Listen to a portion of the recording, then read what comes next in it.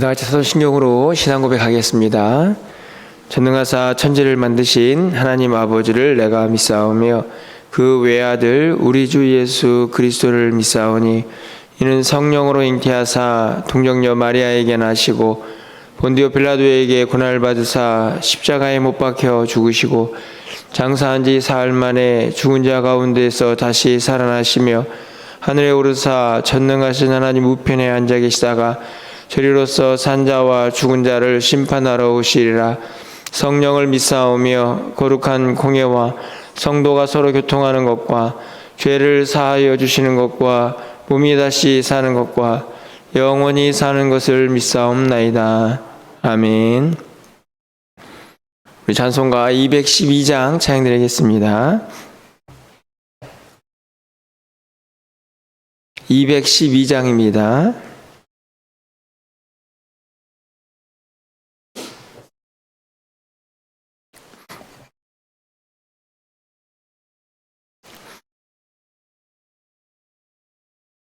겸손히 주를 섬길 때 괴로운 일이 많으나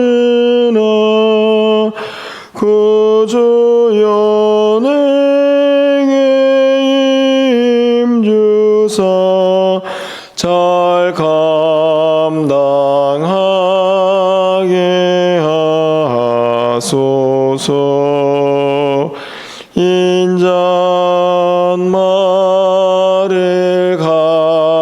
가지고 사람을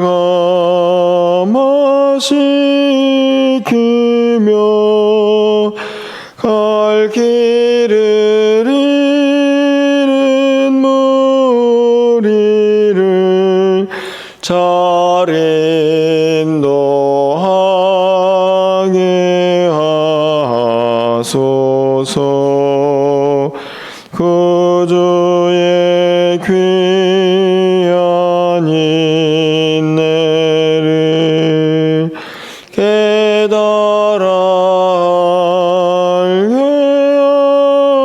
하시고 그 권한 믿음 주셔서 늘 승리하게 하소서. 장래의 영광 비추사 소망이 되게 하시며 구주와 함께 살면서 참 평강 얻게 하소서.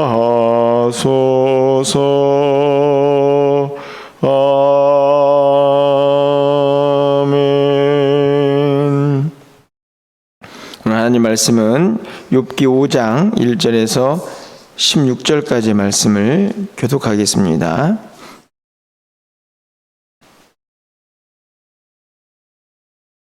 구약성경 765쪽입니다. 욥기 5장 1절에서 16절 말씀을 한 절씩 교독하고 16절은 함께 읽겠습니다. 너는 부르짖어 보라. 내게 응답할 자가 있겠느냐? 거룩한 자 중에 내가 누구에게로 향하겠느냐? 내가 미련한 자가 뿌리 내리는 것을 보고 그의 집을 당장에 저주하였노라.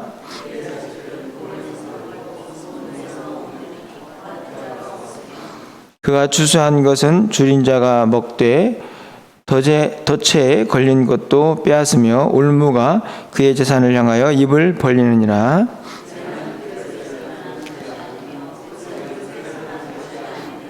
사람은 고생을 위하여 났으니 불꽃이 위로 날아가는 것 같으니라.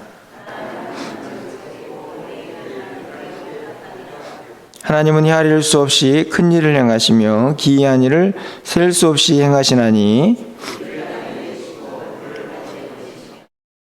낮은 자를 높이 드시고 왜곡하는 자를 일으키사 구원에 이르게 하시느니라.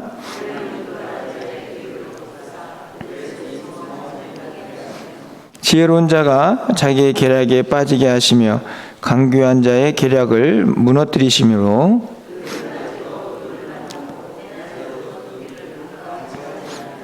하나님은 가난한 자를 강한 자의 칼과 그 입에서 또한 그들의 손에서 구출하여 주시나니 그러므로 가난한 자가 희망이 있고 악행이 스스로 입을 다무느니라. 아멘. 욥기 말씀을 통해서 계속해서 욥의 친구들과 또 욥의 대화를 이제 함께 살펴보게 됩니다. 어제 4장에서 엘리바스라는 욥의 친구가 욥에게 한 이야기를 함께 좀 살펴보았는데요. 오늘 본문은 바로 그 엘리바스의 충고의 연장선에 있는 내용을 담고 있습니다. 어제 이 엘리바스의 충고의 핵심이라고 하면 다른 것이 아니라 욥이 당하는 고난에 이유가 있다 하는 것이었고, 그 이유는 다른 데 있지 않고 네가 죄를 지었기 때문이다 하는 것이 어제 엘리바스의 충고의 핵심이었다라고 생각이 듭니다. 오늘 본문도 그와 같은 내용을 담고 있는데요. 조금 차이가 있다고 하면 오늘 본문에는 그렇기 때문에 욥이 해야 할 일들, 그리고 욥이 하나님 앞에서 어떤 행위를 했을 때에 하나님은 어떤 분이신가 하는 내용들이 계속해서 기록되어 있습니다. 오늘 이 5장 저희가 1절부터 7절까지의 말씀을 보면은 거기에 보면 이런 고난당한 자의 모습이 나오는데, 이 모습은 결국 누구의 모습이냐면 바로 욥의 모습이라고 볼 수 있습니다. 구체적으로 너다 이렇게는 말하고 있지 않지만 이미 앞에서 엘리바스가 욥에게 하고 싶은 이야기는 분명했기 때문에 그 내용과 다르지 않다고 봅니다. 여러분 6절 말씀을 좀 가서 보시면 재난은 티끌에서 일어나는 것이 아니며 고생은 흙에서 나는 것이 아니니라. 똑같은 말이죠. 재난은 티끌, 고생은 흙. 여기서 티끌이나 흙은 이제 원인이 없이 일어나는 그런 모습들을 보여주고 있습니다. 티끌에서 흙에서 그렇죠. 아무것도 없는 것 같은 그런 곳에서 어떻게 재난과 고생이 일어나느냐. 쉽게 말하면 원인 없이 어떤 일이 일어나는 것은 없다 하는 것을 이야기합니다. 그러면서 7절 상반절 말씀을 보면 사람은 고생을 위해 났다 이렇게 기록을 하는데, 이 말은 다른 말이 아니고 사람은 스스로 불행을 초래한다 하는 말입니다. 결국은 앞에서 한 이야기가 다르지 않죠. 욥이 고난을 당하고 있습니다. 그 고난에는 분명히 이유가 있을 거야. 어떻게 사람이 당하는 고난이 티끌이나 흙에서 일어나느냐. 다 네 행위에서 일어나는 것이다.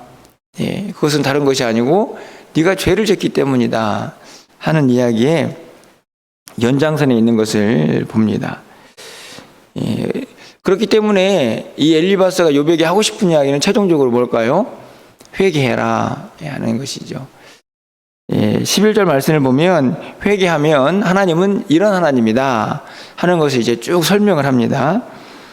낮은 자를 높이 드시고 예국하는 자를 일으키사 구원에 이르게 하시느니라.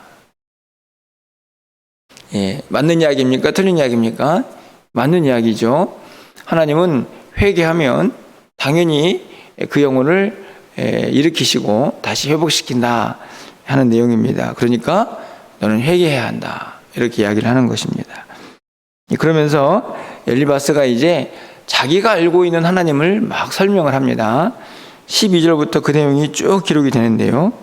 여러분 12절 말씀 보면 하나님은 교활한 자의 계교를 꺾으사 그들의 손이 성공하지 못하게 하시며, 그렇죠. 교활한 자의 이 악을 하나님은 두고 보시지 않는다.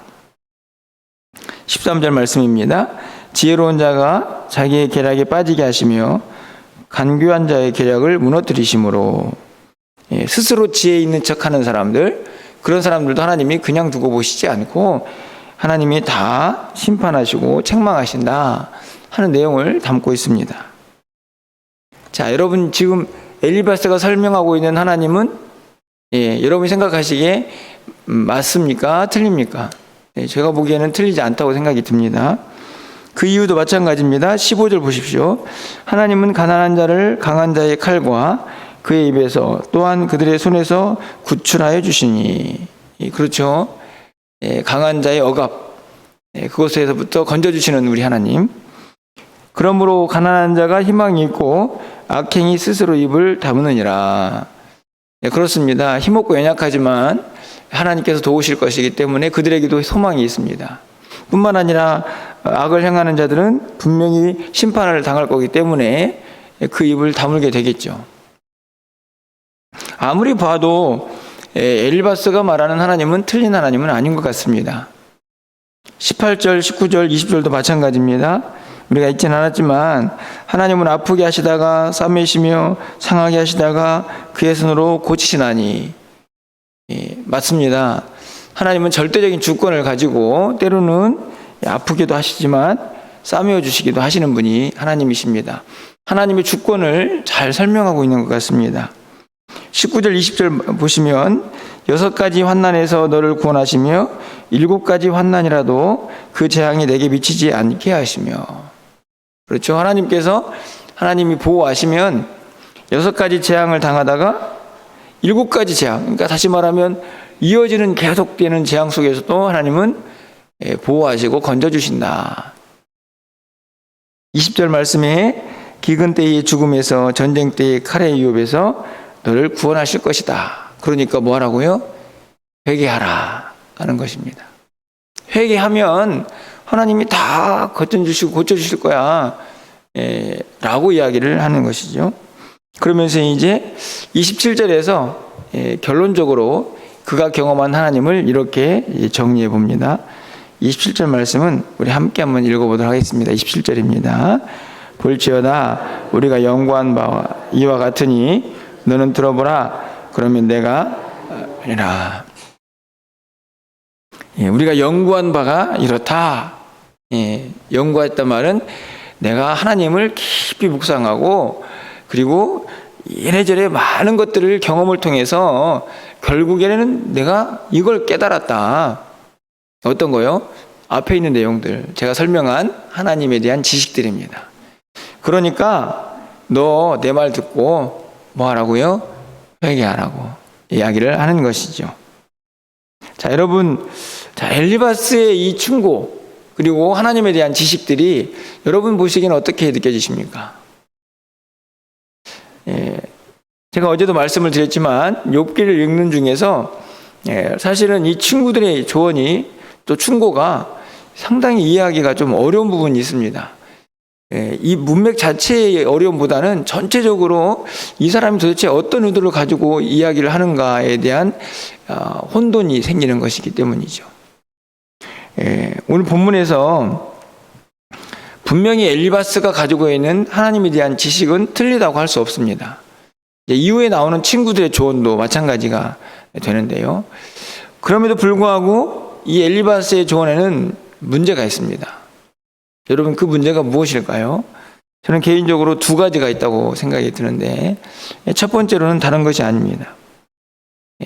특수한 상황, 그 상황을 모든 사람들에게 일반적으로 적용하는 오해라고 할 수 있습니다. 이게 무슨 말인가 하면 엘리바스가 하나님에 대한 지식을 굉장히 정확히 가지고 있다고 볼 수 있습니다. 그럼에도 불구하고 하나님은 하나님의 사람들을 대할 때에 굉장히 다양한 방법으로 하나님의 사람들을 대하시죠. 쉽게 말하면 어떤 사람은 뭔가 잘못을 했을 때에 하나님이 즉각적으로 심판을 하고 책망을 하시기도 하지만 또 어떤 사람은 오랫동안 지켜보시면서 그가 어떻게 하고 어떻게 돌아오는지를 하나님이 그냥 두고 보실 때도 있습니다. 다시 말하면 이 하나님께서 사람을 대하시는 방법이 모든 사람들에게 다 일반적이지 않다 하는 것이죠. 여러분 한번 보십시오. 여러분의 경우는 어떻습니까? 똑같은 상황이라도 하나님께서 우리에게 하시는 상황들과 이야기들은, 하나님의 응답은 많이 다를 수가 있습니다. 한 사람의 경우에도 말이죠. 그런데 다양한 사람들이 다 같이 모여 있습니다. 어떻게 똑같은 방법을 하나님께서 각 사람들에게 임하시겠습니까? 예. 하나님은 우리를 너무나 잘 아십니다. 우리는 참 연약하죠. 예. 믿음의 수준도 다 다르고, 그리고 어떤 일을 경험할 때에 그것을 극복해내는 방법들도 다 다릅니다. 그렇기 때문에 하나님께서 그 사람의 수준에 맞는 책망, 꾸지람, 그리고 하나님 방법들을 선택하시죠. 그것을 내가 하나님은 이런데, 내가 아는 하나님은 이런데, 너도 그러니까 너도 이러이러해야 한다라고 그렇게 자기가 알고 있는 하나님을 어떤 틀에 맞춰가지고 누군가에게 강요할 수 있는 문제는 아니라는 것입니다. 굉장히 어려운 부분이기도 하지만 우리가 매우 조심해야 될 부분 중에 하나입니다. 분명히 하나님은 이런 부분이 있습니다. 이 하나님은 맞죠. 그런데 그 하나님을 그대로 가져다가 또 누군가에게 적용시키기는 굉장히 어려운 부분이 있다는 것입니다. 그것은 하나님이 각 사람을 대하는 방식들이 매우 다르기 때문입니다.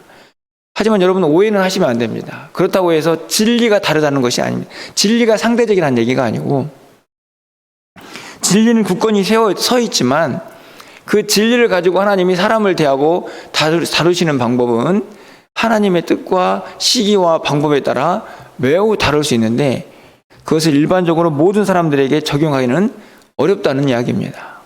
오늘 지금 엘리바스가 잘못하고 있는 것 중에 가장 큰 하나는 바로 그 문제죠.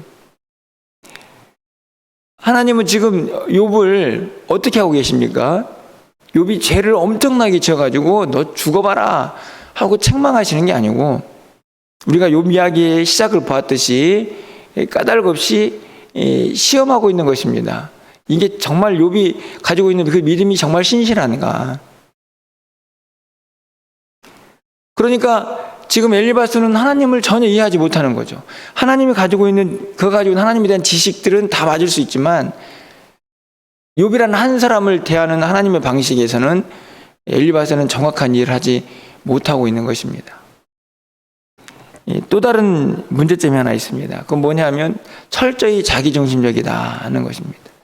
욥의 고난을 이해하기보다는 자기 입장에서 욥을 자꾸만 생각하는 거죠. 저는 그 대표적인 구절이 이 8절이 아닌가 생각이 드는데요. 8절 말씀이 뭐라고 기록되어 있습니까? 나라면 하나님을 찾겠고 내일 하나님께 의탁하리라. 나라면, 저는 여기에 굉장히 큰 함정이 있다고 생각이 드는데요. 나 같으면 이라는 말이죠. 나 같으면. 예. 이게 무슨 말입니까? 욥은 이제 욥에게 사실 조언을 하는 거죠. 욥아, 내가 생각해 보니까 나 같으면 말이야, 이런 상황이 되면 나는 하나님께 회개할 거야. 이렇게 말하는 거죠. 하나님을 찾겠다는 말은 하나님께 회개하겠다는 이야기입니다.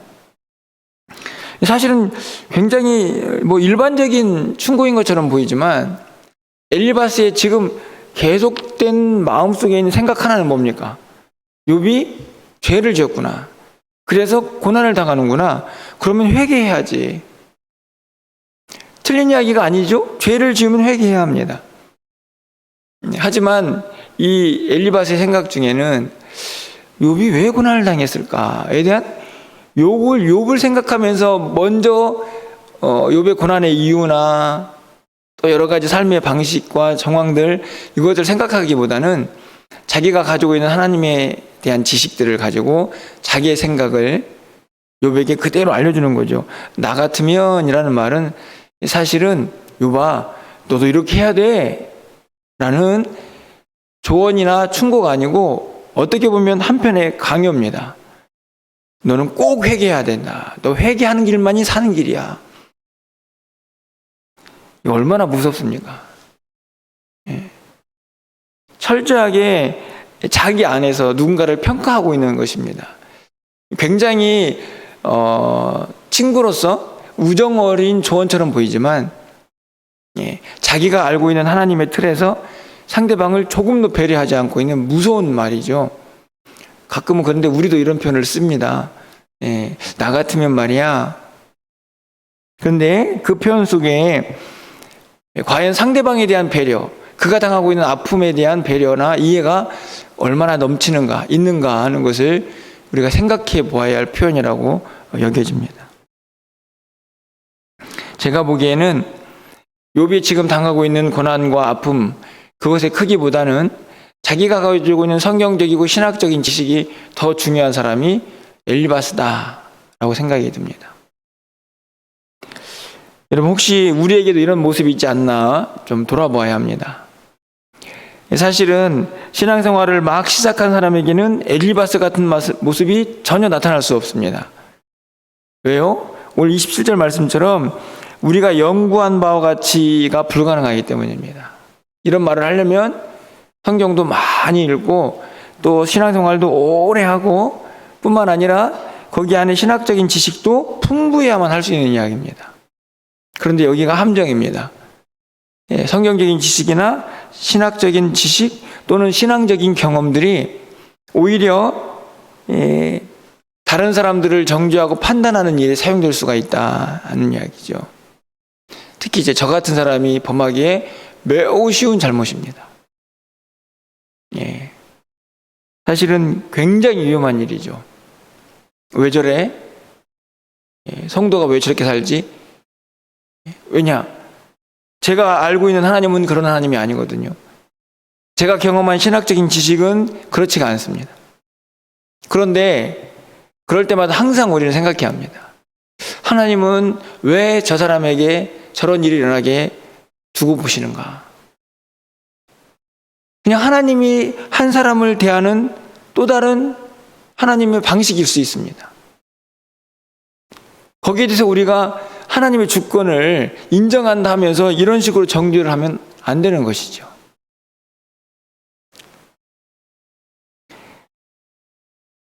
물론 하나님 말씀을 많이 연구하고 깊은 묵상을 통해서 하나님은 이런 분이시구나, 하나님을 아는 지식이 넓어지는 것은 매우 중요한 일입니다.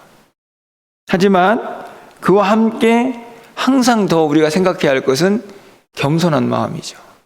여러분, 하나님을 알아가면 알아갈수록 우리가 얼마나 부족한 존재인가, 그 앞에서 얼마나 연약한 존재인가를 깨닫는 것, 이게 진짜 하나님을 아는 것입니다.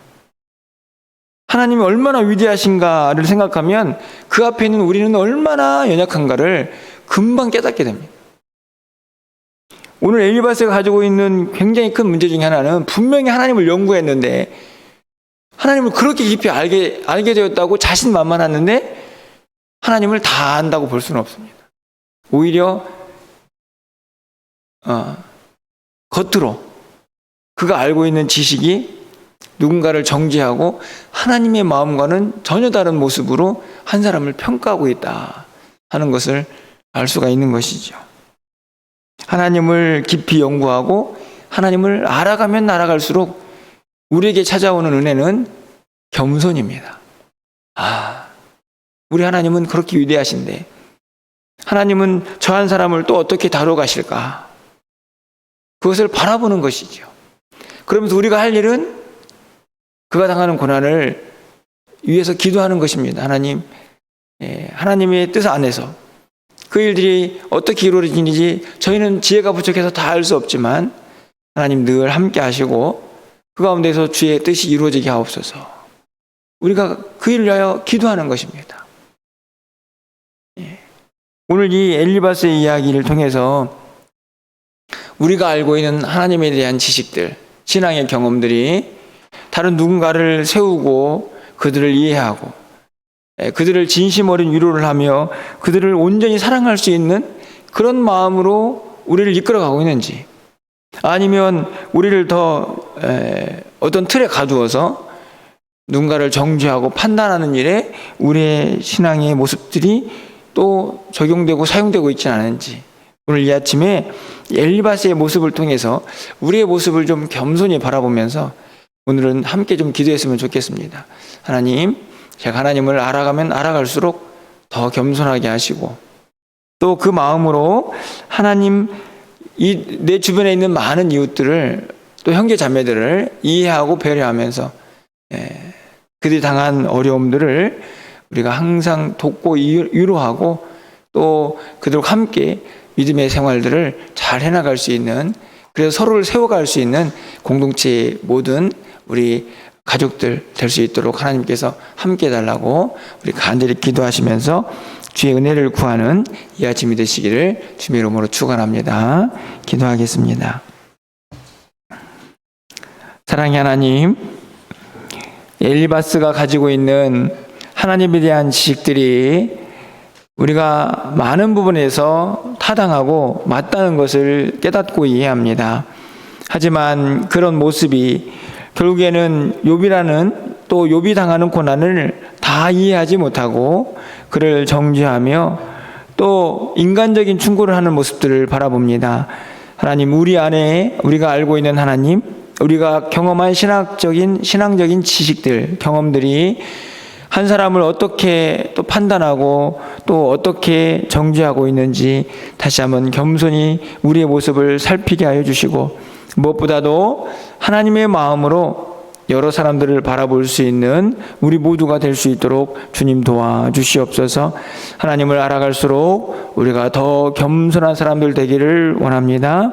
하나님을 알아갈수록 더 이웃을 사랑하고 그들의 마음을 배려하고 이해할 수 있는 우리 모두가 되기를 간절히 소망합니다. 하나님께서 오늘 이 아침에 기도할 때에 그런 은혜를 우리 모두에게 허락해 주셔서 우리가 만나는 우리 모든 사람들에게 주의 위로를, 주님의 평강을 전하기에 부족함이 없는 우리 모두가 되게 하여 주시옵소서.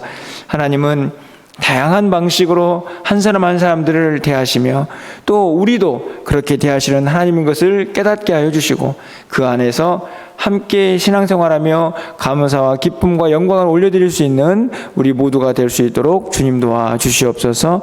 수능을 앞두고 있는 우리 자녀들 하나님께서 기억하여 주시고, 우리가 간직한 기도 카드를 보면서 함께 간절한 마음으로 기도하여서 하나님의 뜻을 온전히 이 땅 가운데 이루어지는 걸 보며 함께 기뻐할 수 있도록 주께서 역사하여 주시옵소서. 오늘 저녁에 있을 수요 예배와 또 요양원 사역 가운데에도 함께 하셔서 주의 영광이 가득한 귀한 시간 될 수 있도록 주께서 역사하여 주시옵소서. 예수 그리스도 이름으로 기도합나이다. 아멘.